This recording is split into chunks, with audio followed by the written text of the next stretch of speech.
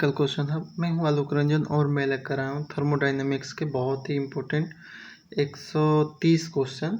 उससे पहले मैं थोड़ा सा ओवरव्यू थर्मोडायनेमिक्स के बारे में कुछ बहुत ही इम्पोर्टेंट जो थ्योरी भी पूछी जाती हैं उनके बारे में थोड़ा सा आपको बताऊंगा दोस्तों, और उसके बाद जो है क्वेश्चन आंसर पे चलेंगे। तो सबसे पहले हमारा जो है पहला टॉपिक है कि थर्मोडायनेमिक्स क्या है। तो थर्मोडायनेमिक्स विज्ञान की वह शाखा है जिसमें सभी भौतिक व रासायनिक प्रक्रमों के दौरान ऊर्जा परिवर्तन के बारे में अध्ययन किया जाता है। या आप कह सकते हो कि थर्मो का मतलब ऊष्मा या ऊर्जा और डायनेमिक का मतलब बहाव गति। तो जिसमें जो है ऊष्मा या ऊर्जा की बहाव गति का अध्ययन किया जाता है उसे थर्मोडायनेमिक्स कहते हैं। और एडवांटेज पूछा जाता है कि एडवांटेज ऑफ थर्मोडायनेमिक्स का क्या एडवांटेज है। तो ये विभिन्न ऊष्मागतिकी के नियमों के बारे में जानकारी देता है। दूसरा, दी गई परिस्थितियों पर यह अनुमानित करने में मदद करता है कि दी गई रासायनिक अभिक्रिया होगी या नहीं, ये इसका एडवांटेज है। या तीसरा कह लो कि यह विभिन्न ऊर्जा परिवर्तनों के बारे में जानकारी देता है। अब दोस्तों लिमिटेशन आती है। लिमिटेशन बहुत ही इंपॉर्टेंट पूछा जाता है कि थर्मोडायनेमिक्स का लिमिटेशन क्या है। तो उसमें जो है इसका जो लिमिटेशन है दोस्तों, ऊष्मागतिकी में स्थूल गुणों जैसे ताप, दाब, आयतन का अध्ययन तो करते हैं परंतु परमाणु या अणुओं के विशिष्ट गुणों का अध्ययन नहीं करते हैं। या दूसरा इसका डिसएडवांटेज या लिमिटेशन कह लो कि यह दी गई परिस्थितियों पर अभिक्रिया होगी या नहीं यह तो प्रदर्शित करता है लेकिन अभिक्रिया के वेग के बारे में कोई जानकारी नहीं देता, ये इसकी लिमिटेशन है। नेक्स्ट है सिस्टम। सिस्टम क्या होता है दोस्तों? तो थर्मोडायनेमिक्स में सिस्टम जो है ब्रह्मांड का वह विशिष्ट भाग है या पदार्थ का वह विशिष्ट भाग है जिसमें प्रायोगिक अध्ययन किया जाता है, उसे हम कहते हैं निकाय या सिस्टम कहेंगे। सराउंडिंग क्या है दोस्तों? निकाय के अतिरिक्त ब्रह्मांड का शेष भाग जो है सराउंडिंग कहलाता है। ब्रह्मांड हमारा किस चीज़ से मिलकर बना है? ब्रह्मांड जो है निकाय यानी कि सिस्टम से और प्लस सराउंडिंग यानी कि परिवेश से मिलके बना है। नेक्स्ट हमारा पांचवा कि बाउंड्री क्या है। बाउंड्री किसे कहते हैं? तो जो चीज़ निकाय यानी कि सिस्टम व परिवेश यानी कि सराउंडिंग को पृथक करे उसे बाउंड्री कहते हैं। बाउंड्री जो होती है हमारे बाउंड्री वो चालक या कुचालक भी हो सकती है, बाउंड्री दृढ़ या लचीली भी हो सकती है, बाउंड्री वास्तविक या काल्पनिक भी हो सकती है। नेक्स्ट है हमारा कि कोई एक ऐसा एग्जाम्पल जिसमें ये सभी आ जाए। तो उसका एग्जाम्पल है कि एक पात्र में अभिक्रिया संपन्न किए जाने पर पात्र में जो निहित वस्तु है वो निकाय है, पात्र जो है उसकी सीमा यानी कि बाउंड्री है, और पात्र के बाहर जो भी कुछ है वो परिवेश यानी कि सराउंडिंग है। यानी कि इसमें आपको सिस्टम भी मिल जा रहा है जिसमें हमारा रिएक्शन हो रही है वो सिस्टम भी है। उसके बाद जो है जो सिस्टम के बाद हमारा जो बाउंड्री है यानी कि सीमा, तो उस सिस्टम के जिसके सीमा में हमारा जो एक तरह से अभिक्रिया संपन्न हो रही है वो उसका बाउंड्री हुआ। लेकिन बाउंड्री के बाहर का जो है सिस्टम और बाउंड्री के बाहर का जो परिवेश है तो वो है हमारा क्या है? सराउंडिंग है, एक तरह से कह सकते हैं। नेक्स्ट है हमारा कि टाइप ऑफ सिस्टम। सिस्टम कितने टाइप के होते हैं? तो सिस्टम हमारे दो टाइप के हैं। एक तो ओपन सिस्टम। इस प्रकार के जो है सिस्टम में परिवेश के साथ यानी कि परिवेश के साथ ऊर्जा व द्रव्य दोनों का आदान प्रदान कर सकते हैं। यानी कि इसमें जो है परिवेश हमारी सराउंडिंग में जो है हमारा उस ऊर्जा व द्रव्य यानी कि मास दोनों का आदान प्रदान कर सकते हैं। इस निकाय में कुल द्रव्यमान स्थिर नहीं रहता, इसमें जो है द्रव्यमान स्थिर नहीं रहता और इसे ही हम खुला निकाय या ओपन सिस्टम कहते हैं। और ओपन सिस्टम जो है दोस्तों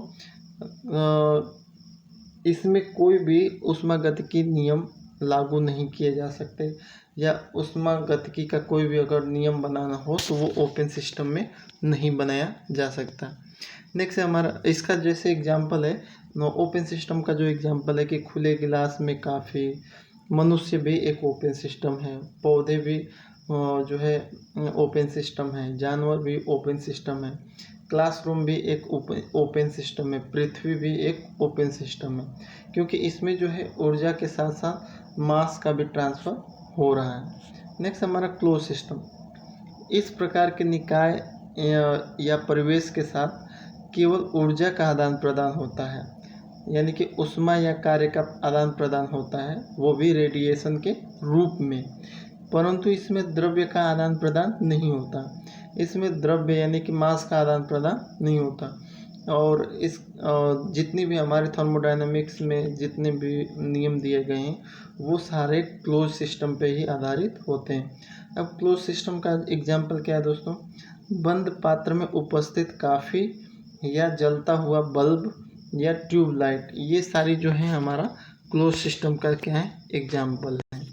नेक्स्ट हमारा छठा हमारा पार्ट ये कह रहा है कि आइसोलेटेड सिस्टम क्या है। तो आइसोलेटेड सिस्टम जो है, इस प्रकार के निकाय जो हैं पूर्णतया आइसोलेटेड होते हैं एवं परिवेश से किसी भी प्रकार से संपर्क नहीं करते। इसमें ऊर्जा एवं द्रव्य का आदान प्रदान नहीं हो सकता। जैसे ब्रह्मांड को आइसोलेटेड सिस्टम माना गया है। इसके अलावा जो थर्मस फ्लास्क में काफ़ी है रखी जाती है, थर्मस फ्लास्क में जो काफ़ी रखी जाती है वो भी आइसोलेटेड सिस्टम का एग्जाम्पल है। नेक्स्ट है हमारा स्टेट फंक्शन। स्टेट फंक्शन क्या है? तो ऐसे अवस्था परिवर्तक जो कि निकाय के प्रारंभिक व अंतिम अवस्था निर्भर करते हैं, वो बस इनिशियल और फाइनल जो है कंडीशन पे डिपेंड करते हैं या उनकी अवस्थाओं पर डिपेंड रहते हैं और उस पाथ या प्रक्रिया पर नहीं डिपेंड रहते हैं, उस रास्ते पे या उस प्रक्रिया पे निर्भर नहीं रहते। तो ऐसे को हम स्टेट फंक्शन या अवस्था फलन कहते हैं। जैसे टेम्परेचर हुआ, प्रेशर हुआ, वॉल्यूम हुआ, एंथैल्पी हुई, इंटरनल एनर्जी हुई, एंट्रोपी हुई, मुक्त ऊर्जा हुई, ये सारे स्टेट फंक्शन है। ये बस इनिशियल और फाइनल पे ही डिपेंड रहते हैं, बीच में क्या हो रहा है उस पर डिपेंड नहीं रहते। उसके अलावा जो है हमारा पाथ फंक्शन क्या है? तो पाथ फंक्शन है कि किसी निकाय के गुण जिनका मान प्रारंभिक व अंतिम अवस्था के साथ साथ परिवर्तन के पथ पर भी निर्भर करता है। ये जो है प्रारंभिक और अंतिम अवस्था तो देखता है, लेकिन जो है वो परिवर्तन, पथ का परिवर्तन, यानी कि टेम्परेचर बढ़ा घटा या उसमें कैसा चेंजेज आया, किस अवस्था में ये रिएक्शन पूरी हुई, तो वो जो है इन सब पे निर्भर करेगा, तो उसे हम कहेंगे पाथ फंक्शन। जैसे कार्य हुआ और ऊष्मा हुई। नेक्स्ट हमारा इंटेंसिव प्रॉपर्टी। थर्मोडायनेमिक्स में जो है दो क्वेश्चन तो आपको बनते हैं कि इंटेंसिव प्रॉपर्टी कौन सी है और एक्सटेंसिव प्रॉपर्टी कौन सी है। तो इसको आप जरूर ध्यान से देख के तब जाना दोस्तों। इसका जो है इंटेंसिव प्रॉपर्टी की डिफिनीशन है, निकाय के वह गुणधर्म जो निकाय में उपस्थित द्रव्य आकार या द्रव्यमान पर निर्भर नहीं करते, यानी कि जो आकार या द्रव्यमान मास पर निर्भर नहीं करेंगे उसे हम कहेंगे इंटेंसिव प्रॉपर्टी। जैसे मोलर आयतन हुआ, घनत्व हुआ, प्रतिमोल ऊर्जा हुई, विशिष्ट ऊष्मा हुआ, दाब हुआ, ताप हुआ, सांद्रता हुआ, बॉइलिंग पॉइंट हुई, फ्रीजिंग पॉइंट हुई, शैल विभव हुआ, विशिष्ट चालकता हुआ, अपवर्तनांक हुआ, पृष्ठ तनाव हुआ, श्यानता हुई, पीएच वैल्यू हुई, वाष्प दाब हुआ, ये सारे जो हैं इंटेंसिव प्रॉपर्टी हुई। आप कहोगे कि पीएच वैल्यू कैसे इंटेंसिव है? तो दोस्तों जैसे पानी है, पानी अगर एसिडिक है तो आप उससे, जैसे अगर एसिडिक वाटर है तो उसमें आप 10 लीटर वाटर लेके पीएच देखोगे तो भी उसका पीएच वहीं सेम ही रहेगा, या 1000 लीटर पानी का पीएच देखोगे तो वो भी सेम ही रहेगा, यानी कि वो मास पे डिपेंड नहीं करेगा। डेंसिटी की बात हुई तो 1 लीटर वाटर की डेंसिटी भी जो होगी 1 होगी, या 1000 लीटर वाटर ले लो तो उसकी भी डेंसिटी 1 होगी। तो यानी कि ये जो है मास पे डिपेंड नहीं कर रही है इंटेंसिव। नेक्स्ट है हमारा 6 के बाद 7वां। तो 7वां हमारा है कि एक्सटेंसिव प्रॉपर्टी क्या है? तो एक्सटेंसिव प्रॉपर्टी वह प्रॉपर्टी है, निकाय के वह गुणधर्म जो कि निकाय में उपस्थित द्रव्य या आकार तथा द्रव्यमान पर निर्भर करते हैं। ये जो है मास और शेप और साइज पे निर्भर करते हैं। तो ऐसी प्रॉपर्टी को एक्सटेंसिव प्रॉपर्टी कहते हैं। जैसे आयतन हुआ, मोल संख्या हुई, द्रव्यमान हुआ, मुक्त ऊर्जा हुई, एंट्रोपी हुई, एंथैल्पी हुई, आंतरिक ऊर्जा हुआ, ऊष्माधारिता हुआ, बल हुआ, पृष्ठीय क्षेत्रफल हुआ। ये सारे दोस्तों क्या है हमारे एक तरह से एक्सटेंसिव प्रॉपर्टी हुआ। आयतन का जैसे एग्जांपल लें तो आयतन मास पे डिपेंड करेगा। अगर मास छोटा है तो वो आयतन कम घेरेगा, अगर मास ज़्यादा है तो वो आयतन ज़्यादा घेरेगा। या अगर पृष्ठीय क्षेत्रफल की बात करें तो पृष्ठीय पर यूनिट जो एरिया है, अगर मास कम है तो वो कम एरिया घेरेगा। तो ये सारी जो है मोल संख्या है, ये भी अगर मास कम है तो मोल संख्या की वैल्यू भी हमारी कम होगी, कंसंट्रेशन कम होगी। ज़्यादा है तो मोल संख्या जो है, अगर मोलों की संख्या ज़्यादा है तो कंसंट्रेशन ज़्यादा है। तो ये सारी जो है एक तरह से एक्सटेंसिव प्रॉपर्टी हैं जो मास पे डिपेंड करती हैं। कुछ ऐसे थर्मोडायनेमिक प्रोसेस हैं जिनके बारे में पूछा जाता है, जैसे आइसोथर्मल है। आइसोथर्मल में क्या कांस्टेंट रहता है? टेम्परेचर कांस्टेंट रहता है, और उसमें जो है एंथैल्पी जो है जीरो होती है। इंटरनल एनर्जी डेल्टा ई जो है वो भी जीरो होती है। किस में दोस्तों? आइसोथर्मल में। आइसोबेरिक में जो है प्रेशर कांस्टेंट होता है, और प्रेशर कांस्टेंट होने के साथ साथ उसमें जो प्रेशर डिफरेंस होता है बिल्कुल जीरो होता है। आइसोकोरिक में जो है हमारा वॉल्यूम कांस्टेंट रहता है, और उसमें जो भी वर्क होता है वो जीरो होता है। एडियाबेटिक होता है तो इसमें जो है एडियाबेटिक में हीट जो है कांस्टेंट रहती है। और नेक्स्ट है हमारा साइकिल प्रोसेस। साइकिल प्रोसेस, यदि निकाय विभिन्न क्रमागत परिवर्तनों से होते हुए अंततः अपनी प्रारंभिक अवस्था में आ जाए तो ये जो है हमारा साइकिल प्रोसेस कहलाता है। यानी कि जो विभिन्न अवस्थाओं में पहले चला, लेकिन विभिन्न अवस्था में होते होते होते होते फिर वो अपनी ही जगह पे आ जा रहा है, तो उसे साइक्लिक प्रोसेस कहते हैं। और ये जो है इसमें क्या होता है दोस्तों, इसमें डेल्टा ई यानी इंटरनल एनर्जी भी जीरो होती है, डेल्टा एच एंथैल्पी भी जीरो होती है, और डेल्टा पी प्रेशर डिफरेंस भी जीरो होता है, और डेल्टा टी टेम्परेचर डिफरेंस भी जीरो होता है। साइक्लिक प्रोसेस के लिए सारे जीरो होते हैं। रिवर्सिबल प्रोसेस, निकाय के परिवर्तन को विपरीत किए जा सकते हैं। यानी कि रिवर्सिबल प्रोसेस वो है जो सिस्टम में हुए परिवर्तन को क्या कर सकता है? बैकवर्ड ले जा सकता है, विपरीत कर सकता है, उसे रिवर्सिबल कहेंगे। जैसे पानी को जो है भाप में बनना है तो ये जो है रिवर्सिबल प्रोसेस है, क्योंकि भाप में बनी तो उसे कंडेंस करोगे तो वो फिर वो पानी में हो जाएगा, तो ये रिवर्सिबल प्रोसेस है। इरिवर्सिबल, निकाय के परिवर्तन को विपरीत नहीं किया जा सकता, यानी कि जो है उसे विपरीत दिशा में नहीं लाया जा सकता, उसे इरिवर्सिबल प्रोसेस कहते हैं। जैसे डाइजेशन होता है हमारा, तो डाइजेशन जो होता है वो इरिवर्सिबल है। एक बार डाइजेशन हो गया तो फिर से आप चाहोगे तो फिर वो जो खाना हमारा डाइजेस्ट हो रहा है तो वो जो है एक तरह से इरिवर्सिबल है, क्योंकि वो तो एक बार कन्वर्ट हो गया, उसे विपरीत दिशा में नहीं ला सकते। नेक्स्ट है हमारा कार्य। तो ये जो है कार्य जो है F/D। तो एक तरह से कार्य का मात्रक हमारा कैलोरी होता है, और ऊष्मा का मात्रक भी कैलोरी होता है। अब जो है कैलोरी होती क्या है दोस्तों, तो 1 ग्राम जल का ताप 1 डिग्री बढ़ाने के लिए जो आवश्यक ऊष्मा की मात्रा होती है उसे हम कहते हैं 1 कैलोरी। अब पूछा जाता है कि कैलोरी में, जूल में या अर्ग में कौन सी यूनिट बड़ी है, तो उसके लिए मैंने लिखा है कि 1 कैलोरी बराबर होता है 4.18 जूल, या जूल को कह सकते हो कि न्यूटन मीटर भी कह सकते हो। 1 न्यूटन मीटर बराबर होता है 1 जूल, और 1 जूल बराबर होता है 10 पे घाते 7 अर्ग, और 1 जूल बराबर 0.239 कैलोरी भी होती है। तो इस तरह हम कहें तो सबसे बड़ी यूनिट होती है कैलोरी, उससे छोटी होती है जूल, और सबसे छोटी होती है अर्ग। नेक्स्ट है हमारा 7वां हो गया हमारा। अब 8वें पे देखते हैं। 8वां हमारा क्या कह रहा है दोस्तों, 8वां हमारा ये कह रहा है कि आंतरिक ऊर्जा क्या होती है।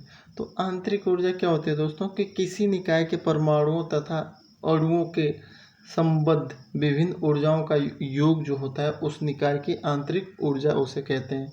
यानी कि किसी निकाय के, किसी सिस्टम में जो अणुओं या परमाणुओं के संबंध में जितनी भी ऊर्जा हैं उन सभी का योग जो है वो क्या कहलाएगा दोस्तों, आंतरिक ऊर्जा कहलाएगा। चाहे जैसे कुछ ऊर्जाएं जैसे हमने लिखी है, चाहे वो स्थितिक ऊर्जा हो, चाहे वो गतिज ऊर्जा हो, चाहे वो घूर्णन ऊर्जा हो, चाहे वो इलेक्ट्रॉनिक ऊर्जा हो, चाहे वो नाभिकीय ऊर्जा हो, इन सभी का योग हमारा क्या कहलाएगा, आंतरिक ऊर्जा कहलाएगी। अब फर्स्ट लॉ ऑफ थर्मोडायनेमिक्स के बारे में देखते हैं कि यह नियम ऊर्जा के संरक्षण के बारे में नियम के पे आधारित है। यह नियम रॉबर्ट मेयर व हेल्महोल्ट्ज ने दिया था इसे, और इसके अनुसार जो है क्या था दोस्तों कि ऊर्जा को न तो नष्ट किया जा सकता, न ही उत्पन्न किया जा सकता, केवल एक दूसरे लेकिन ऊर्जा को एक रूप से दूसरे रूप में परिवर्तित कर सकते हैं। जैसे मैथमेटिकली रूप में देखें तो डेल्टा ई बराबर क्यू प्लस डब्ल्यू, जहाँ क्यू जो है हमारा ऊर्जा है। अगर कोई पूछे कि कंक्लूजन क्या निकला फर्स्ट लॉ ऑफ थर्मोडायनेमिक्स से, तो ये है कंजर्वेशन ऑफ एनर्जी, ये इसका कंक्लूजन था। नेक्स्ट हमारा एंथैल्पी। एंथैल्पी क्या है दोस्तों, तो अधिकांश रासायनिक अभिक्रियाएं सामान्यतः स्थिर दाब पर संपन्न होती हैं, यानी कि बहुत सारी ऐसी केमिकल रिएक्शन हैं जो सामान्यतः स्थिर दाब यानी कि कांस्टेंट प्रेशर पे संपन्न होती है। अतः आंतरिक ऊर्जा जो है, आंतरिक ऊर्जा के स्थान पे एक नया पद एंथैल्पी प्रस्तुत किया गया। गणितीय रूप में अगर बात करें तो स्थिर दाब पर नापी गई ऊर्जा ही एंथैल्पी कहलाती है, या आप कह सकते हो कि आंतरिक ऊर्जा तथा दाब आयतन ऊर्जा का योग जो है हमारा एंथैल्पी कहलाता है, यानी कि H equal to E plus P V. Enthalpy का वास्तविक नाम जो है ये कह रहा है कि एंथैल्पी का वास्तविक मान जो है, वैल्यू जो है हम निकाल नहीं सकते, इसीलिए हम एंथैल्पी में परिवर्तन डेल्टा एच ज्ञात करते हैं। अब 8 के बाद हमारा 10वां क्या कह रहा है दोस्तों, वो देखते हैं। 1 सेकेंड, पेज नंबर 10 हमारा है, ये है दोस्तों। इसमें ये पूछा गया कि स्पेसिफिक हीट कैपेसिटी। तो स्पेसिफिक हीट कैपेसिटी क्या है दोस्तों, किसी पदार्थ का 1 ग्राम का ताप 1 डिग्री या 1 केल्विन बढ़ाने के लिए आवश्यक ऊष्मा की मात्रा को विशिष्ट ऊष्मा धारिता स्पेसिफिक हीट कैपेसिटी कहते हैं, और इसका यूनिट है जूल पर ग्राम पर केल्विन, या ये कह सकते हो कैलोरी पर ग्राम पर सेंटीग्रेड, या कह सकते हो कैलोरी ग्राम पर केल्विन। नेक्स्ट है हमारा molar heat capacity. Molar heat capacity क्या है, किसी 1 मोल पदार्थ का ताप 1 डिग्री या 1 केल्विन बढ़ाने के लिए आवश्यक ऊष्मा की मात्रा को मोलर ऊष्मा धारिता यानी कि मोलर हीट कैपेसिटी कहते हैं, और इसका यूनिट है जूल पर मोल पर केल्विन, या कैलोरी पर मोल पर केल्विन, या जूल पर मोल पर सेंटीग्रेड, या कैलोरी पर मोल पर सेंटीग्रेड। हीट कैपेसिटी की बात करें तो हीट कैपेसिटी क्या है दोस्तों, किसी पदार्थ की दी गई मात्रा का ताप 1 डिग्री या 1 केल्विन बढ़ाने के लिए आवश्यक ऊष्मा की मात्रा को हम कहते हैं ऊष्मा धारिता यानी कि हीट कैपेसिटी कहते हैं। जैसे ऊष्मा धारिता बराबर हमारा होता है आवश्यक ऊष्मा अपन ताप में वृद्धि, तो इसकी यूनिट अगर आप देखोगे तो ये हो जाएगा, आवश्यक ऊष्मा की मात्रा को जूल से डिनोट करेंगे, ताप में वृद्धि को सेंटीग्रेड से, तो जूल पर सेंटीग्रेड या कैलोरी पर सेंटीग्रेड या जूल पर केल्विन कह सकते हैं। स्पॉन्टेनियस प्रोसेस क्या है दोस्तों, तो स्पॉन्टेनियस जो प्रोसेस है कि दी गई परिस्थितियों पर जो प्रक्रम स्वयं या उचित प्रेरण के पश्चात एक निश्चित दिशा में संपन्न होने की स्वाभाविक प्रवृत्ति रखते हैं, उसे हम कहते हैं स्वतः प्रक्रम यानी कि स्पॉन्टेनियस प्रोसेस कहते हैं। सभी प्राकृतिक जो है प्रक्रम जो है एक तो अनुत्क्रमणीय होते हैं, और अनुत्क्रमणीय का मतलब इरिवर्सिबल होता है दोस्तों, और वह स्वतः प्रक्रम यानी कि स्पॉन्टेनियस होते हैं। जैसे जल जो है हमारा उच्च तल से निम्न तल की ओर ही जाता है, तो वो अपने आप ही जाता है, उसमें कोई बाहरी बल नहीं लगता। ऊष्मा का गर्म वस्तु से ठंडी वस्तु की ओर प्रवाह ये नेचुरली होता है, और इसमें कोई भी जो है ये स्पॉन्टेनियस होता है, अपने आप ही होता है। और नेक्स्ट हमारा कि 25 डिग्री पर बर्फ़ का पिघलना, ये भी हमारा एक तरह से स्पॉन्टेनियस प्रोसेस है। गैसों का उच्च दाब से निम्न की ओर प्रवाह करना, यानी कि गैस जो होती हैं हाई प्रेशर से लो प्रेशर की तरफ जाती हैं, तो ये स्पॉन्टेनियस ही जाती हैं, उसमें कोई बाहरी प्रभाव वर्क नहीं करता। नेक्स्ट है हमारा दोस्तों 11 हमारा क्या कह रहा है, 1 सेकेंड, इधर उधर पेज हो गए हैं, थोड़ा सा दिक्कत है इसमें, कोई नहीं दोस्तों। 11वां हमारा क्वेश्चन, ये है हमारा 11 कह रहा है कि नॉन स्पॉन्टेनियस प्रोसेस, यानी कि नॉन स्पॉन्टेनियस प्रोसेस ऐसे प्रक्रम जो किसी एक निश्चित दिशा में स्वतः नहीं होते, अर्थात वे प्रक्रम जो निश्चित दिशा में संपन्न होने की स्वाभाविक प्रवृत्ति नहीं रखते, उसे नॉन स्पॉन्टेनियस प्रोसेस कहते हैं। जैसे diffusion of gas from low pressure to high pressure. आप बताओ कि कोई भी अगर डिफ्यूजन होता है तो हाई प्रेशर से लो प्रेशर होता है, लेकिन जो ये इसमें कह रहा है कि low pressure to high pressure, diffusion of gas from low pressure to high pressure, तो ये जो है अपने आप नहीं होगी, इसमें ज़रूर कोई ना कोई हमारा फैक्टर लगेगा, कोई बाह्य बल लगेगा, तभी ऐसे होगा। नेक्स्ट है हमारा एंट्रोपी।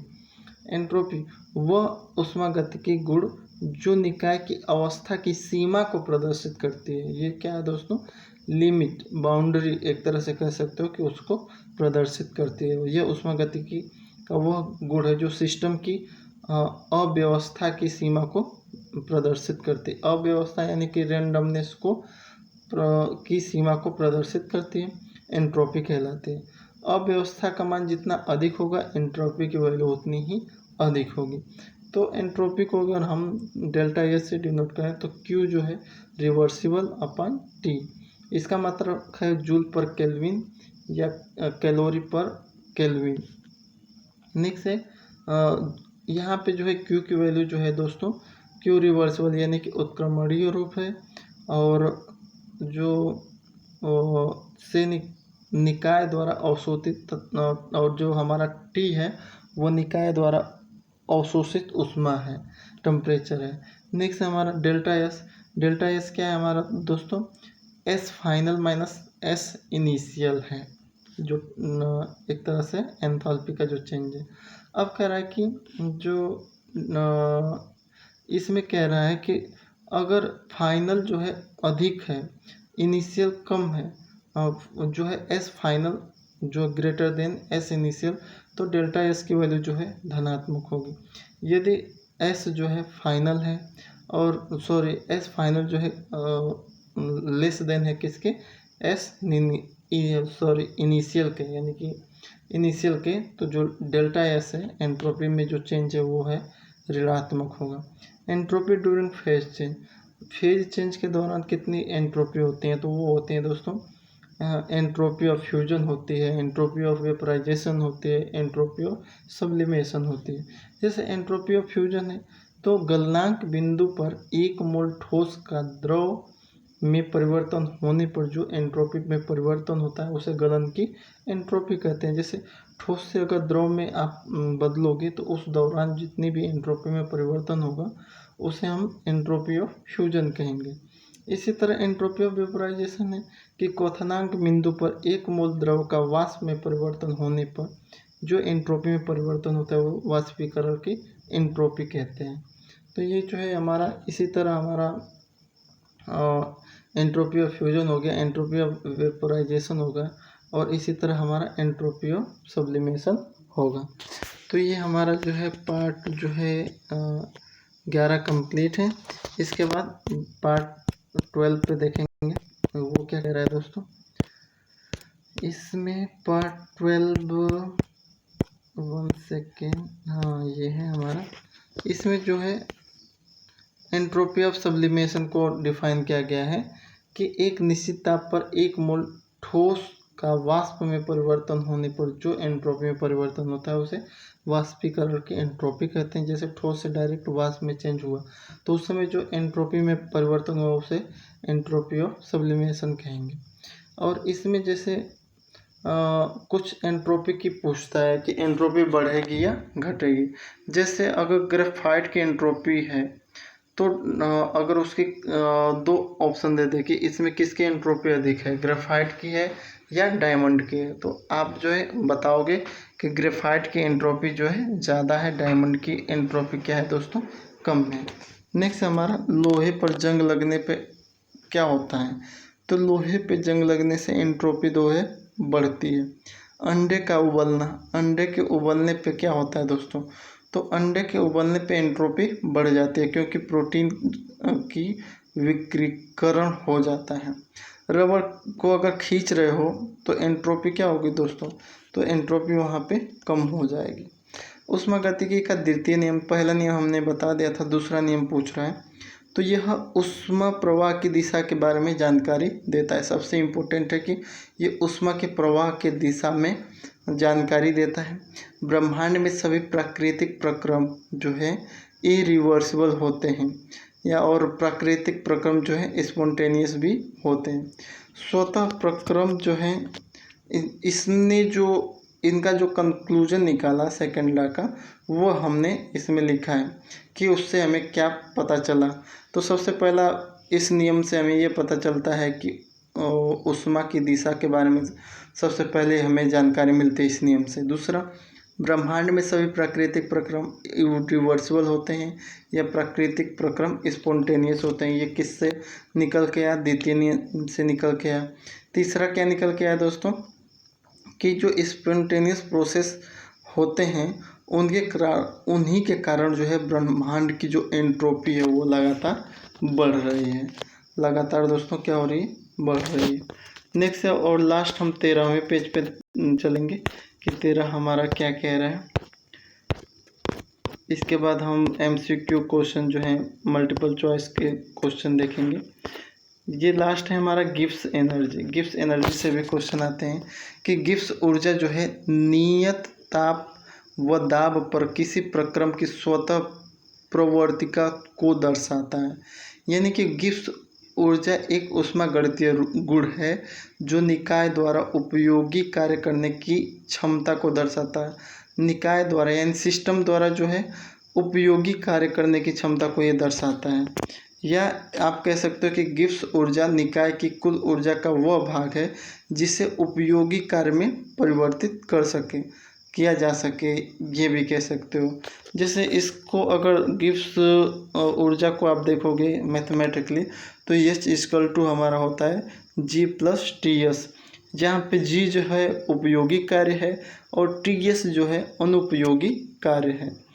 नेक्स्ट है हमारा, तो इस तरह अगर आप देखोगे कि जो एंट्रोपी और एंथैल्पी का अगर इसमें से आप टर्म निकालना चाहोगे तो वो भी आ जाएगी। गिब्स एनर्जी G= हमारा हो जाएगा H-TS। अतः आप ये भी कह सकते हो, अतः वह फलन जो निकाय की एंट्रोपी तथा एंथैल्पी दोनों की व्याख्या करता है उसे क्या कहेंगे, गिब्स ऊर्जा कहेंगे। थर्ड लॉ ऑफ थर्मोडायनेमिक्स, ये क्या है दोस्तों, 0 केल्विन पर परम ताप शुद्ध क्रिस्टलीय पदार्थ की जो एंट्रोपी होती है वो क्या होती है, 0 होती है। और इसके अपवाद क्या है, NO है, N2O है, CO है, CO2 है, आइस है, और समस्थानिकों का जो है आइसोटोप्स का जो है मिक्सचर है, ये सारे इसके जो है क्या है दोस्तों, अपवाद हैं। एंडोथर्मिक रिएक्शन क्या होती है, एंडोथर्मिक रिएक्शन ऐसी अभिक्रिया हैं जो ऊष्मा अवशोषित करती हैं, ऊष्मा को वो अवशोषित करती हैं। तो ये तो आपको मालूम ही होगा, लेकिन मेरे बताने का मतलब ये है कि जो इस ऊष्मा जो एंडोथर्मिक रिएक्शन होती है उसके लिए जो ΔH की वैल्यू होती है यानी एंथैल्पी की जो वैल्यू होती है वो पॉजिटिव होती है। प्लस आपको हमेशा ये याद रखना होगा कि जितनी भी डिसोसिएशन रिएक्शन होती हैं या फ्यूजन रिएक्शन होती हैं या वेपराइजेशन रिएक्शन होती हैं या सब्लिमेशन रिएक्शन होती हैं या फोटोसिंथेसिस रिएक्शन होती हैं, ये सभी जो है एंडोथर्मिक रिएक्शन में आती हैं। ये सारी जो है ऊष्मा को अवशोषित करती हैं।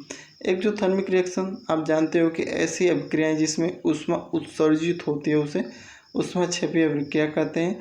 जैसे जितनी भी हमारे कंबसन रिएक्शन हैं, न्यूट्रलाइजेशन रिएक्शन हैं, रेस्पिरेशन रिएक्शन हैं, ये सारी हमारी क्या है दोस्तों, थर्मिक रिएक्शन है। अब हम चलते हैं दोस्तों हमारा जो है MCQ टाइप का जो क्वेश्चन है उसकी तरफ, क्वेश्चनों की तरफ। अब पहला हमारा क्वेश्चन ये है कि at given volume and temperature the pressure of gas vary, तो कैसे वरी कर रही है, तो वो लीनियरली कर रही है एज इट्स मास के अकॉर्डिंग वो लीनियरली वरी करेगी।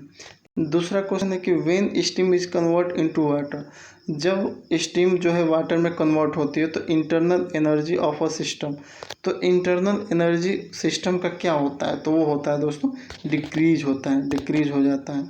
नेक्स्ट है हमारा एंट्रोपी फॉर रिएक्शन C+O2 मिलके हमारा CO2 बना, तो इसके लिए एंट्रोपी क्या होगी, तो इसके लिए एंट्रोपी होगी निगेटिव।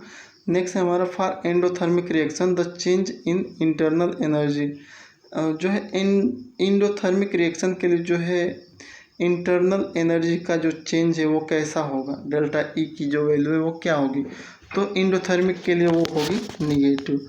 नेक्स्ट है during adiabatic expansion of gas temperature क्या होगा दोस्तों, एडियाबैटिक एक्सपेंशन करोगे गैस का तो उसका टेम्परेचर डिक्रीज होगा। टू स्पेसिफिक हीट यानी कि Cp और Cv दोनों इक्वल कब होंगी, तो 0 केल्विन पे इक्वल होंगी दोस्तों। When liquid is convert into vapour, अब कोई भी लिक्विड जो है वेपर में कन्वर्ट होता है तो उसकी एंट्रोपी क्या हो जाती है, तो वो बढ़ जाती है। अब जो है डिक्रीजिंग ऑर्डर ऑफ एंट्रोपी, तो सबसे ज़्यादा एंट्रोपी जो है गैस का होता है, उससे कम लिक्विड का होता है और सबसे कम सॉलिड का होता है। When snow melt into water, कह रहा है कि जब बर्फ़ जो है वाटर में पिघलता है, वाटर के रूप में पिघलता है, तो उस समय एंट्रोपी क्या होती है, तो उस समय एंट्रोपी इंक्रीज कर जाती है। एक gas can be liquefy by pressure done only when its temperature less than या इक्वल टू इट्स, तो वो है क्रिटिकल टेम्परेचर। अगर क्रिटिकल टेम्परेचर के इक्वल या उससे कम होगा तभी गैस को लिक्विफाई कर सकते हैं, नहीं तो नहीं कर सकते। नेक्स्ट हमारा gas having maximum specific heat ratio, वो कौन सी गैस है जो सबसे ज़्यादा जो है स्पेसिफिक हीट रेशियो रखती है, तो वो है कार्बन डाइऑक्साइड। और इसी का अपोजिट अगर पूछ ले कि कौन सी गैस ऐसी है जो मिनिमम स्पेसिफिक हीट रेशियो रखती है, तो वो है मरकरी वेपर। मरकरी वेपर को एक तरह से गैस हम मान सकते हैं। नेक्स्ट है हमारा heat of reaction at constant volume is equal to, तो ये है change in internal energy. Internal energy में जितना चेंजेज होगा उतना ही जो है हीट ऑफ रिएक्शन होगा एट अ कांस्टेंट वॉल्यूम पे। क्रिटिकल टेम्परेचर डिफाइन है, क्रिटिकल टेम्परेचर को कैसे डिफाइन कर सकते हैं, तो कह सकते हो कि the critical temperature above which gas will never liquefy, यानी कि वह टेम्परेचर जिसके ऊपर जो है गैसों को कभी लिक्विफाई नहीं कर सकते, चाहे कितना भी आप प्रेशर अप्लाई कर लो या टेम्परेचर अप्लाई कर लो। नेक्स्ट है the law of thermodynamics which provide basis for measuring thermodynamic property, ये बहुत ही इंपॉर्टेंट क्वेश्चन है दोस्तों। यानी कि जो है मेजरिंग थर्मोडाइनमिक्स प्रॉपर्टी कहाँ से निकल के आया, तो ये है जीरोथ लॉ से, और जीरोथ लॉ क्या है वो आपको आगे मैं बताऊंगा। At absolute zero temperature all substance है, कह रहा है कि जो एब्सोल्यूट जीरो टेम्परेचर है यानी कि -273 केल्विन पे, तो उस समय क्या होता है दोस्तों, उस समय जो होता है कि सभी सब्सटेंस के जो हीट कैपेसिटी है वो सेम हो जाती है। Domestic refrigerant has a air cooled condenser, कह रहा है कि जो अपने डोमेस्टिक रेफ्रिजरेटर है उनमें कूलर कैसा होता है या उनका कंडेंसर कैसा है, तो वो है एयर कूल्ड कंडेंसर है उनमें। Joule Thompson coefficient for perfect gas, अगर जूल थॉम्सन कोफिशिएंट अगर देखें परफेक्ट गैस के लिए तो वो है 0। नेक्स्ट है in the jet refrigerator the refrigerating fluid, कह रहा है कि जेट रेफ्रिजरेटर में जो हमारा रेफ्रिजरेटिंग फ्लूइड है वो क्या है, तो वो है दोस्तों पानी है। नेक्स्ट है the freezing point of a liquid decrease with the pressure is increase, कह रहा है कि अगर फ्रीजिंग पॉइंट जो है लिक्विड कम हो रही है जैसे ही हम प्रेशर बढ़ा रहे हैं, लेकिन ये किस केस में होगी दोस्तों, if the fluid contract while freezing, यह उस कंडीशन की है जब फ्लूइड जो है फ्रीज होने पे क्या होगा, कॉन्ट्रैक्ट होगा। नेक्स्ट है हमारा when water is heated from 2 degree से 4 डिग्री। तो वो क्या होता है दोस्तों, जब पानी को हम 2 से 4 डिग्री तक गर्म करते हैं तो क्या होता है, तो वो होता है वो जो है कॉन्ट्रैक्ट होता है दोस्तों, सिकुड़ता है एक तरह से कह सकते हो।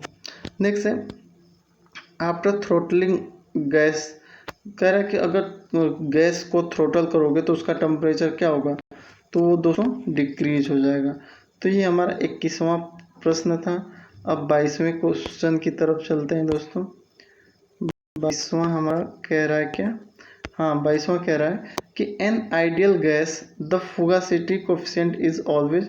तो आइडियल गैस के लिए जो फुगासिटी कोफिशिएंट है वो हमेशा 1 से कम होती है। ए नोजल इज अ डिवाइस, एक नोजल जो एक ऐसी डिवाइस है जो इंक्रीज के ई यानी कि जो काइनेटिक एनर्जी को इंक्रीज करती है और प्रेशर एनर्जी को डिक्रीज करती है। जैसे टरबाइन में दोस्तों, टरबाइन में जो है हमारी जो नोजल लगी होती है तो वो क्या करती है, सबसे पहले काइनेटिक एनर्जी को बढ़ा देती है, वो मूव करता है, उसके बाद जो है उसी स्टीम का प्रेशर जो है डिक्रीज हो जाता है, लास्ट में जो एग्जॉस्ट जोन पे जाके वो कम हो जाता है। नेक्स्ट है हमारा the inversion temperature of helium, helium का इन्वर्जन टेम्परेचर कितना है, तो -240 डिग्री है। ड्यूरिंग द टाइम पासिंग, जितना हमारा टाइम पास हो रहा है यानी कि 2019 के बाद 2020 2021 आ रहा है, तो उस समय जो यूनिवर्स की एंट्रोपी क्या हो रही है, तो यूनिवर्स की एंट्रोपी जो है बढ़ रही है दोस्तों। इक्वेशन पीवी बराबर nRT is obey when high temperature and low pressure, कह रहा है कि पीवी बराबर एनआरटी कब लागू होता है, तो ये तभी लागू होगा जब हाई टेम्परेचर हो और लो प्रेशर रहे। एंट्रोपी वर्सेस एंथैल्पी डायग्राम, वो कौन सा डायग्राम है जो एंथैल्पी वर्सेस एंट्रोपी है, तो वो है दोस्तों मोलियर डायग्राम, मोलियर डायग्राम ध्यान रखना। Melting of ice is example, ice का पिघलना ये किस चीज़ का एग्जाम्पल है, तो ये है आइसोथर्मल प्रोसेस का एग्जाम्पल है। ऑल स्पॉन्टेनियस प्रोसेस आर, जितने भी स्पॉन्टेनियस प्रोसेस होती हैं वो क्या होती हैं, इरिवर्सिबल होती हैं। C P minus C V for a fluid whose volume coefficient expansion is, तो वो है निग्लिजिबल, जब निग्लिजिबल कर रहेगा तभी C P minus C V होगा। नेक्स्ट है हमारा for which process energy be absorb, तो ये कह रहा है कि प्रोसेस की एनर्जी किस कंडीशन में एब्जॉर्ब होगी, तो वो होगी separating on electron from neutral atom, neutral atom से अगर आपको इलेक्ट्रॉन को सेपरेट करना है तो वहाँ पे एनर्जी क्या होगी, एब्जॉर्ब होगी। नेक्स्ट है the entropy of an isolated system, isolated system के लिए एंट्रोपी क्या होगी, तो ये है कैन नेवर डिक्रीज, कभी भी वो कम नहीं होगी। Thermodynamic does not consider, thermodynamics में क्या कंसीडर नहीं होता, तो टाइम फैक्टर को कंसीडर नहीं करते। नेक्स्ट है water at its freezing point in a close insulated vessel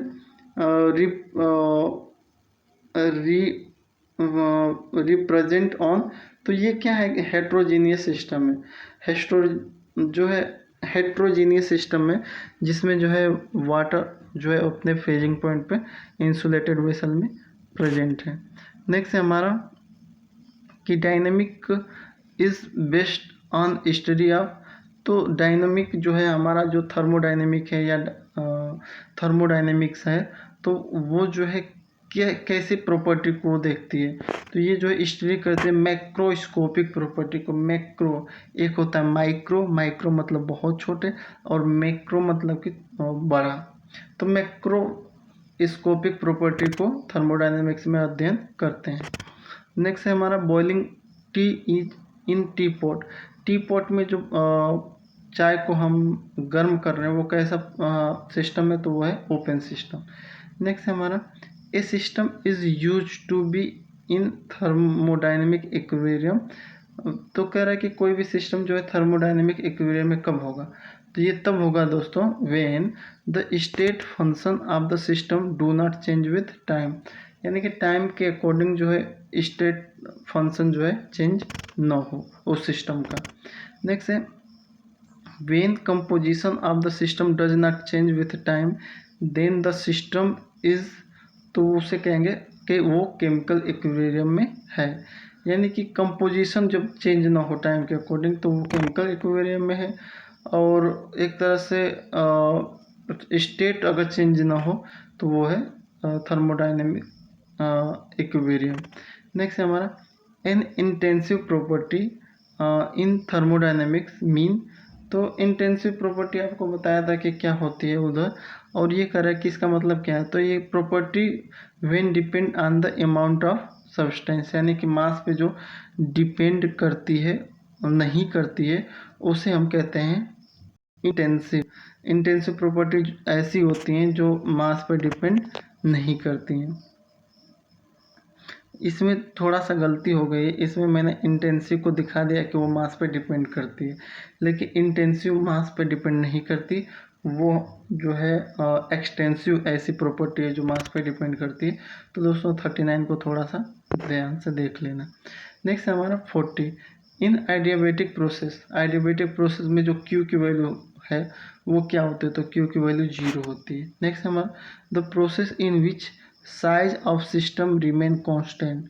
तो अगर साइज ऑफ सिस्टम, एक तरह से साइज अगर कांस्टेंट है तो उसे आइसोकोरिक प्रोसेस कहेंगे। For an adiabatic expansion, adiabatic expansion के लिए जो डेल्टा यू की वैल्यू है वो क्या होगी दोस्तों, नेगेटिव होगी।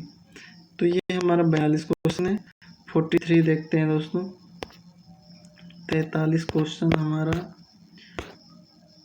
1 सेकेंड दोस्तों। 43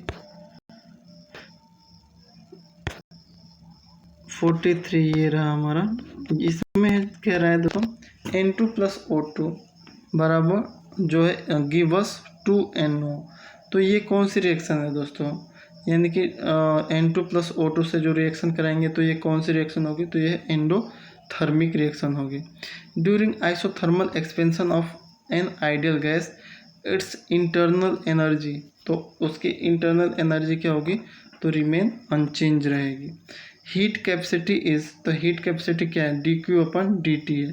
हीट कैपेसिटी को कैसे डिफाइन कर सकते हैं, तो heat capacity is a amount of heat required to increase the temperature by 1 unit, यानी कि एक डिग्री टेम्परेचर बढ़ाने के लिए जितनी हमारी अमाउंट ऑफ हीट की ज़रूरत है वही हमारी कहलाएगी हीट कैपेसिटी। और इसकी यूनिट क्या होती है वो मैंने पहले भी बता रखा। Heat exchange in chemical reaction at constant temperature and pressure called, तो एंथैल्पी उसे कहेंगे। नेक्स्ट है फॉर प्रोसेस ड्राई आइस, जो है ड्राई आइस का मतलब कि जो है CO2 गैस को ही ड्राई आइस कहते हैं। तो वो जो है CO2 जो है सॉलिड फेज में होती है तो उसे ड्राई आइस कहते हैं, और जब वो CO2 जो है गैस में है तो इन दोनों कंडीशन में जो है कह रहा है कि डेल्टा H और डेल्टा S क्या होंगे, तो ये दोस्तों होंगे पॉजिटिव होंगे। नेक्स्ट है हमारा reaction is spontaneous absorb heat from surrounding state change from solid to liquid. तो ये कह रहा है कि अगर हीट को एब्जॉर्ब कर रही है तो इसमें जो स्टेट चेंज होगा वो सॉलिड से लिक्विड की तरफ होगा। Enthalpy change of system depend on its, तो बोथ इनिशियल और फाइनल स्टेट दोनों पे वो डिपेंड करता है। An exothermic reaction is one in which the reactive substance have more energy than product, यानी कि रिएक्टिव जो सब्सटेंस है वो सबसे ज़्यादा जो है एनर्जी रखता है किसकी अपेक्षा, प्रोडक्ट की अपेक्षा। A well stoppered thermos flask contain some ice cube, these example is, तो आइसोलेटेड, जहाँ पे थर्मस फ्लास्क हो जाएगा और प्लस वो क्या है कि अच्छी तरह से टाइट है, टाइटली है, तो उसमें जो बर्फ़ रखा गया है तो वो कह रहा है कि ये कौन सा सिस्टम है, तो वह है आइसोथर्मल। नेक्स्ट है entropy of a compound is equal to its, तो जो है एंथैल्पी किसी कंपाउंड का जो है होता है वो किसके इक्वल होता है, हीट ऑफ फॉर्मेशन के इक्वल होता है। C प्लस O2 यानी कि CO2 का बनना जो है उसमें एंथैल्पी क्या होगी, तो उसमें नेगेटिव होगी। The total entropy of a system and its surrounding increase if the process is, तो वो क्या है, इरिवर्सिबल होना चाहिए। प्रोसेस इरिवर्सिबल होगा तभी वो इंक्रीज करेगी। Entropy of the universe, universe की एंट्रोपी क्या है, तो इंक्रीज कर रही है। And tend toward maximum value, maximum value की तरफ बढ़ रही है। Evaporation of water is an, तो एंडोथर्मिक चेंज है ये, एक तरह से ये एंडोथर्मिक चेंज है वाटर का इवोपरेशन। नेक्स्ट है हमारा a flow whose stream line is represented by a curve, ऐसा फ्लो जिसकी जो स्ट्रीम लाइन को हम कर्व पे रिप्रेजेंट कर सकें उसे कहेंगे टू डायमेंशन फ्लो। नेक्स्ट है हमारा thermal conductivity of water, water की जो थर्मल कंडक्टिविटी है वो क्या हो सकती है, तो वो में इंक्रीज या डिक्रीज, वो बढ़ भी सकती है या कम भी हो सकती है, डिपेंड अपॉन टेम्परेचर, वो टेम्परेचर पे डिपेंड करती है। नेक्स्ट है द हाइगेस्ट थर्मल डिफ्यूजिविटी इज, तो लेड की जो है सबसे ज़्यादा थर्मल डिफ्यूजिविटी होती है।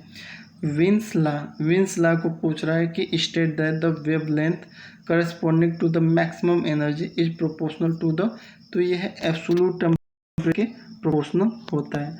59 कंप्लीट हो गया। 60 पे देखते हैं दोस्तों, 60 हमारा क्या कह रहा है, 1 सेकेंड, 60, हाँ 60 हमारा क्वेश्चन है कि for an adiabatic compression of gas, adiabatic compression of gas के लिए जो डेल्टा यू की वैल्यू है वो वर्क के बराबर होगा, डब्ल्यू के बराबर होगा।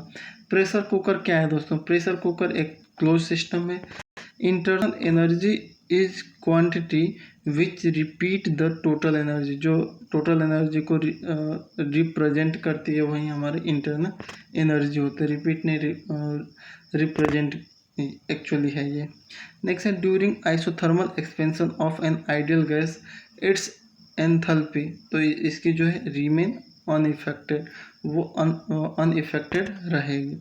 The enthalpy of formation of a compound may be positive या नेगेटिव।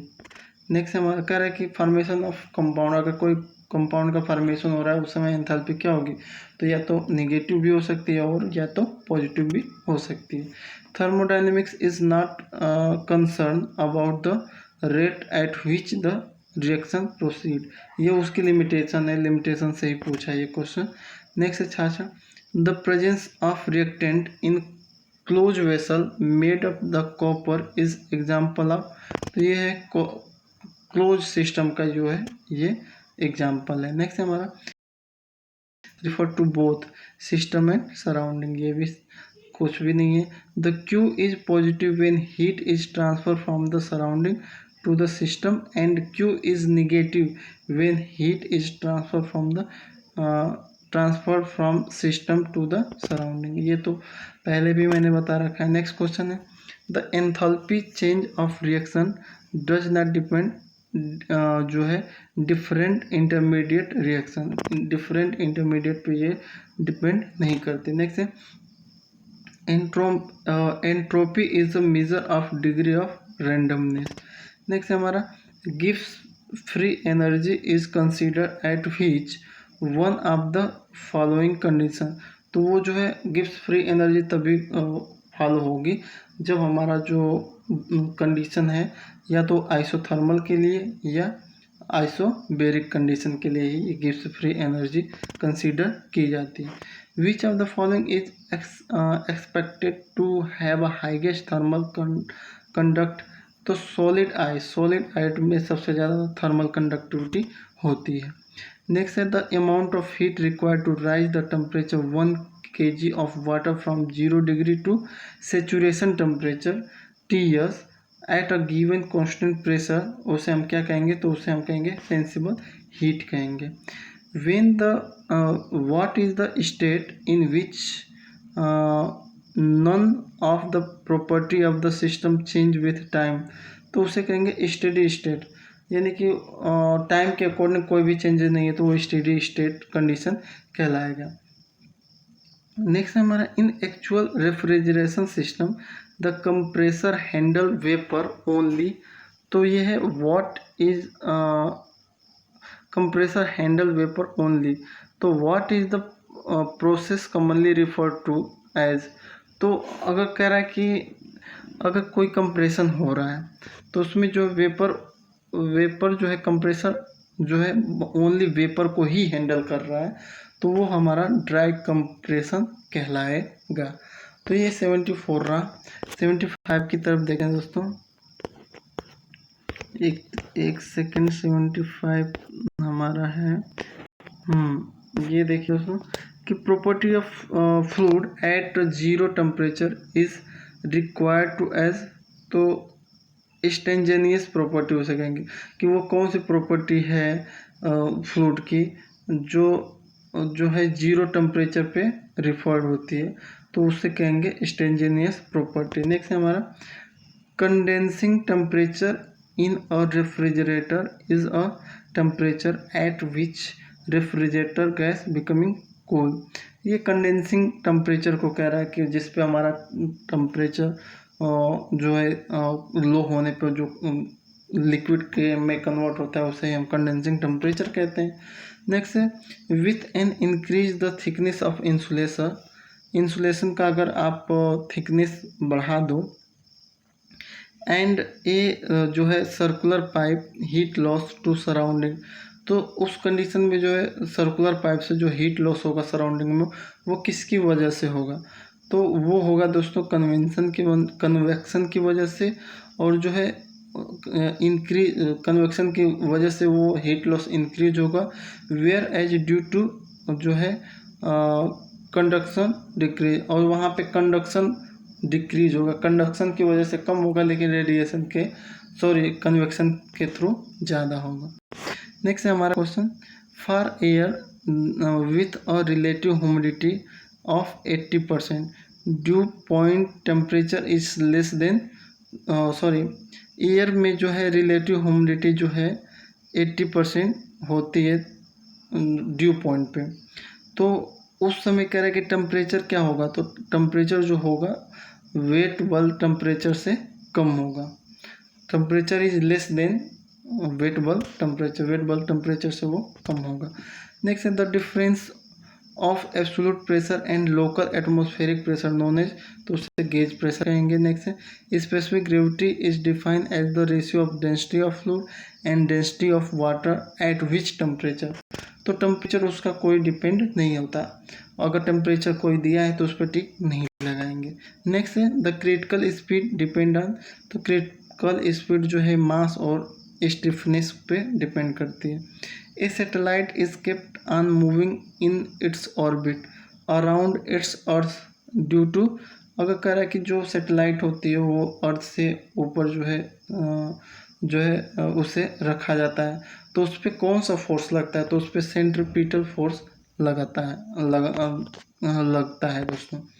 नेक्स्ट है the law state that when two system are in thermal equilibrium with the third system then the first two system are in thermal equilibrium, तो ये कौन सा law है दोस्तों, ये है zeroth law.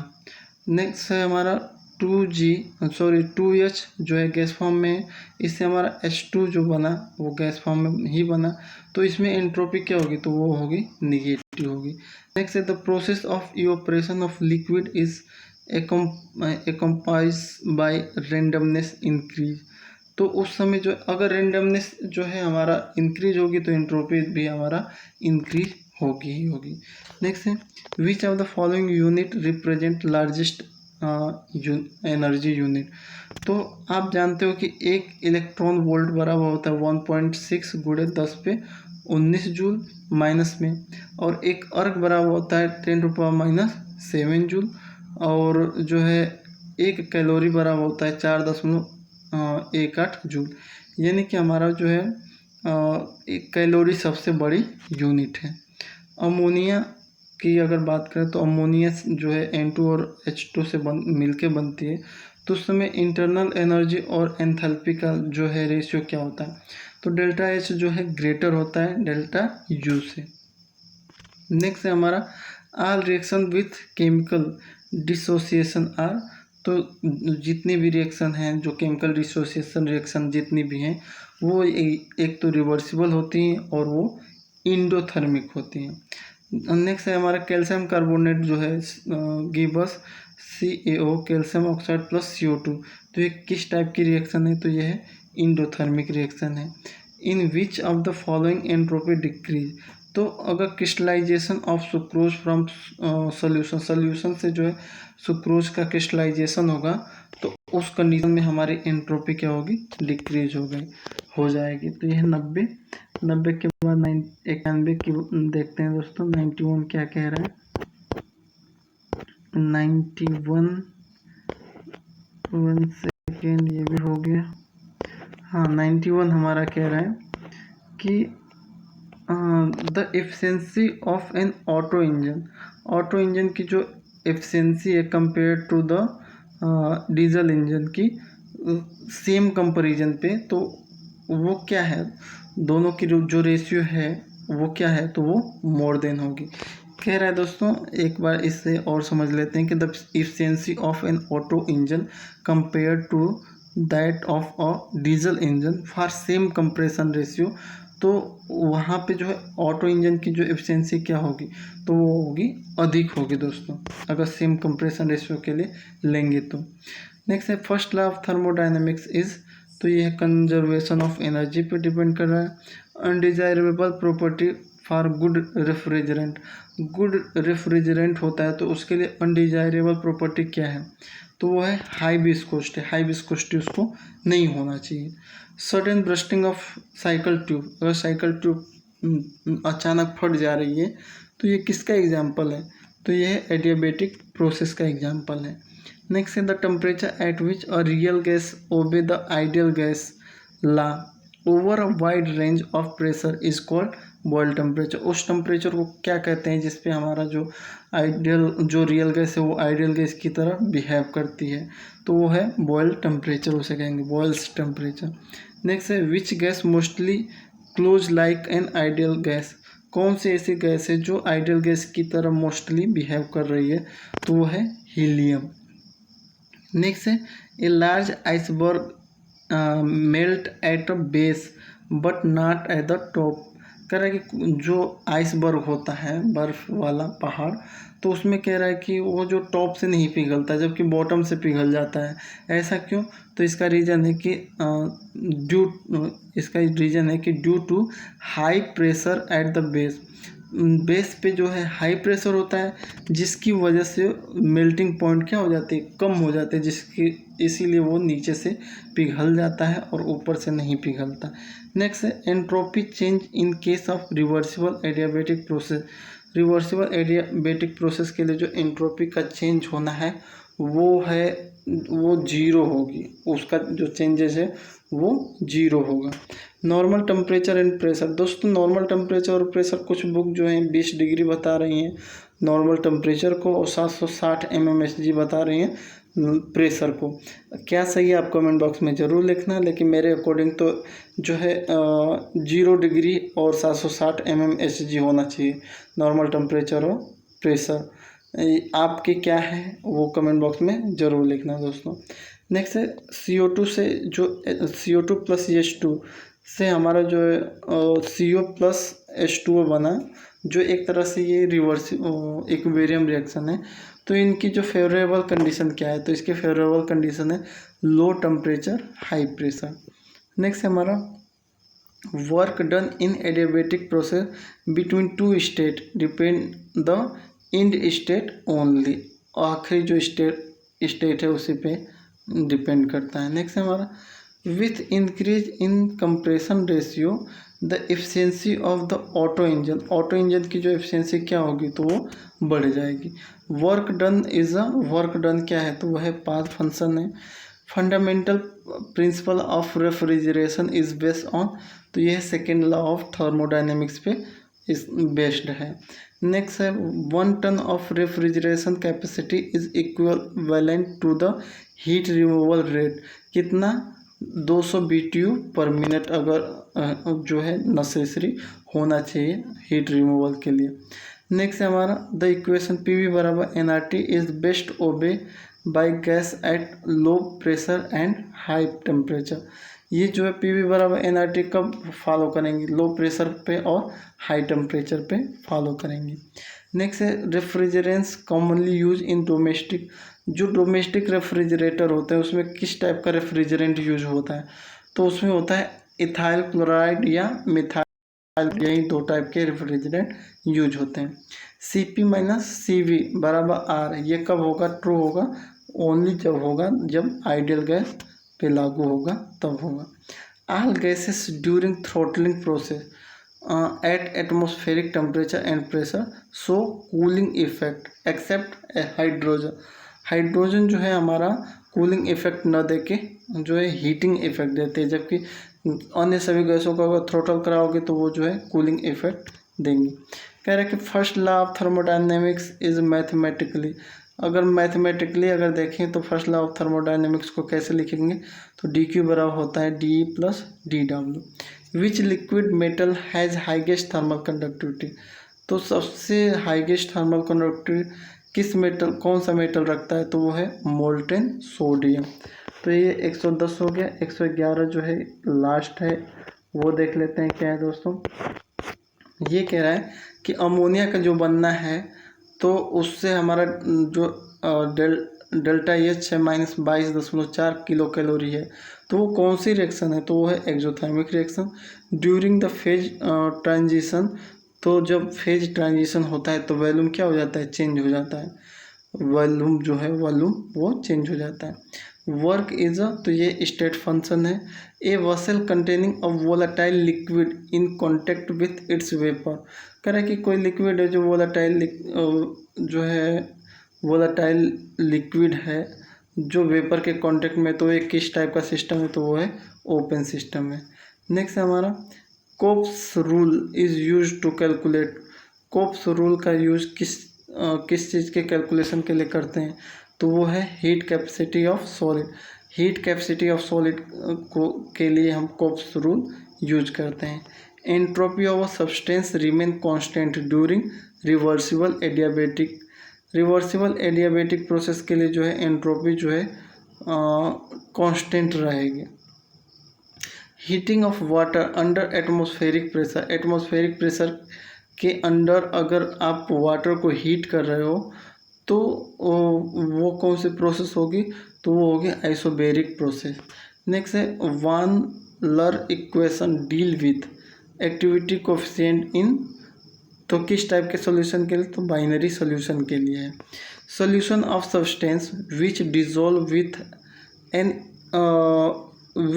An increase in volume and liberate of heat will be favourable by law pressure and low temperature. कह रहा है कि जो सॉल्युबिलिटी है किसी सब्सटेंस की जो डिज़ोल्व है, अगर उसमें जो है वॉल्यूम को बढ़ा दिया जाए, इंक्रीज कर दिया जाए, एंड लिब्रेशन ऑफ हीट, और हीट को लिबरेट किया जाए, मतलब लिबरेट होगी, तो उस कंडीशन में उसकी फेवरेबल कंडीशन क्या है रिएक्शन की, तो वो है low pressure and low temperature. Next हमारा कि for spontaneous process free energy decrease where the entropy increase. Spontaneous process के लिए जो फ्री एनर्जी है वो कम होती है और एंट्रोपी जो है इंक्रीज कर जाती है। In working refrigerator the value of COP coefficient of pressure के लिए परफॉर्मेंस के लिए अगर हम देखें तो कि वो हमेशा 1 से ज़्यादा होगा। किसके लिए, रेफ्रिजरेटर के लिए। मेल्टिंग पॉइंट ऑफ वैक्स, जो मोम की जो मेल्टिंग पॉइंट है, अगर increase with increase in pressure, अगर प्रेशर बढ़ाओगे तो मेल्टिंग पॉइंट ऑफ वैक्स भी बढ़ जाएगी। नेक्स्ट है हमारा और रेफ्रिजरेटर में भी टर्म एज, रेफ्रिजरेटर को आप किस टर्म में और ले सकते हो, तो उसे हीट पंप के टर्म में ले सकते हैं। Melting of ice is example, तो ये इंडोथर्मिक रिएक्शन का एग्जाम्पल है क्या, मेल्टिंग ऑफ आइस। नेक्स्ट हमारा और refrigeration cycle is the same as a reverse heat engine. Heat engine का जो उल्टा है वो है हमारा refrigeration cycle. Which of the following is not a reversible process, तो solution of NaCl in water at 50 degree. 50 degree पे जो वाटर का जो सोल्यूशन है, NaCl वाटर का सोल्यूशन है, वो जो है रिवर्सिबल प्रोसेस नहीं है। नेक्स्ट है हमारा क्लेपियर इक्वेशन। क्लेपियर इक्वेशन किसके लिए यूज होता है? तो ये दोस्तों rate of change of vapour pressure with temperature, इस ये जो इक्वेशन जो है इसी के लिए डील करता है। Undesirable characteristic of refrigerant it should have, कह रहा है कि सब अनडिजायरेबल क्या है किसी भी रेफ्रिजरेंट के लिए, तो वो जो है sub atmospheric vapour pressure at the temperature in refrigerator coil, ये उसकी जो है एक तरह से अनडिजायरेबल कैरेक्टरिस्टिक है। नेक्स्ट है compressibility factor of a gas. किसी भी गैस की जो कंप्रेसिबिलिटी फैक्टर है वो क्या है? तो यह यूनिट है, यानी कि एक है। इफ़ इट फॉलो, और एक तभी है जब ये फॉलो करती है PV बराबर nRT को।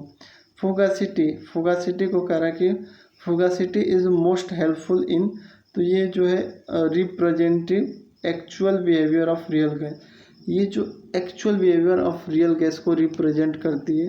कौन दोस्तों? फुगासिटी।